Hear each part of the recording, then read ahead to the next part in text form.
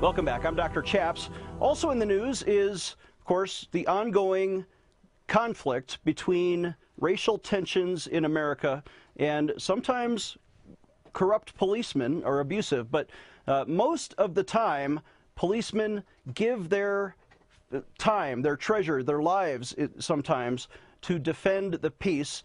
And Kevin Sorbo has made a movie, Bleeding Blue, in support of our policemen who do it the right way. Kevin, I want to have you explain what is the concept behind Bleeding Blue, and how did you get involved?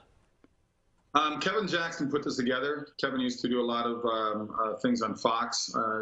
He's an amazing, hard-working, intelligent man, and we became friends just through different events we've met at through the years, and they had me narrate this one. I'm not on camera at all with this one. They just have really a look at what police have to go through. This isn't all about patting the police on the back and saying, aren't they great, aren't they wonderful? Every job has bad people in it. Let's put it that way.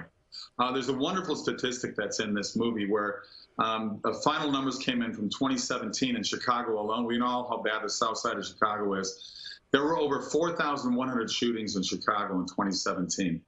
Do you know what percentage of that involved the police?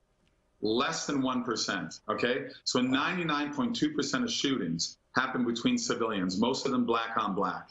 So to sit there and go out and go crazy on the police and say that all police are bad, all police are horrible, this shows you really what police have to go through on the job.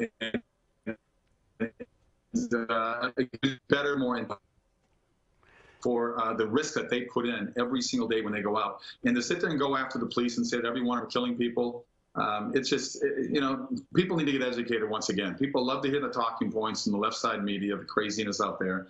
I don't understand why we're going through what we're going through in this world right now, but this is a wonderful documentary once again that will educate people. And I hope everybody from both sides of that issue come in to watch this one as well. So you can see a full preview. I think there's 8 minutes we're not going to show when you go to bleedingbluemovie.com. But let's roll just a minute of the movie so you can get a feel for it. America's trigger-happy policing is back to the fore after an 18-year-old was shot. A suspect dying at the hands of police officers. 2 police officers accused of beating to death a homeless man. Beaten and pepper sprayed. That their officers used excessive force. The troublemakers carried pepper spray and guns and were wearing badges. We are not having an honest conversation around why this type of thing is occurring. Why does the media push these few incidents to make it look like it's happening all the time? They have created a narrative that is very destructive. Whiteness doesn't only show up as enslavement and lynching. I've always worked minority community areas, and I wondered, why is everybody angry at me? I'm here to help. You can see the amount of damage being done just by putting information out before too much is known about it. The street situation is extremely volatile. It's dangerous. We know what we're up against. We know it could cost us our lives. We want safe neighborhoods for our kids and for ourselves. But somebody's got to be on the front line of defending that, and that's the American police officer. So we saw that you're the narrator in this documentary, but is there any dramatic acting in this? No acting whatsoever. This comes down to the real life. These are real cops. This is, it's like, you know, watching, I guess, the TV show Cops. I mean, this is, you're going to see the body cameras going on. You're going to see what they have to deal with, what they have to put up, the situation, the time they have to react to situations to save themselves or save other people. You know, this is the real world. I mean, people get stuck in the movies. They get stuck in listening to the stupidity coming out of the left-wing media. This is something that's real, and people need to take the time to look at this. And people from both sides, once again, need to come in and get educated, because I got educated as well.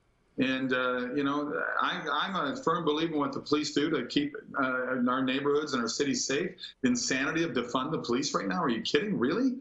I just don't understand why we're letting it in the cities go on that's going on right now. So this is a wonderful documentary that will show people what our police have to put up with day in and day out. There has been a move afoot, especially in Democrat-governed cities, by Democrat mayors who oppose their own police force. For example, after the race riots in Minneapolis, in Kenosha, Wisconsin, Portland, Oregon, Seattle, Washington, there was a move by their city councils to defund the police, or literally take away their budgets. New York City just decreased their police budget by $1 billion per year. What is your response to that? Is that going to help the violence or hurt it? Well, you can see right now what's going on in cities like New York and Los Angeles. Both those cities alone are losing 200 people a day moving to other states. What does that say? Every one of these cities where the biggest problems are run by Democrats. When will people get past the labeling of Democrat, conservative, Republican, liberal, whatever it may be, and look at what's going on in Democrat-run cities? They haven't had a conservative Republican mayor in Detroit, I think, since 1954. Detroit was the biggest economy America had back in the 50s, 3 million people. They went bankrupt. They went down to, I think, 700,000 people in that city. What does that say? And yet people, it's the definition of insanity. People keep voting for the same morons over and over again. Pardon myself, politicians. But I mean, it's weird to me that people will keep voting for these same people. It makes no sense. Well, if you want to change the culture, maybe you should change the leadership.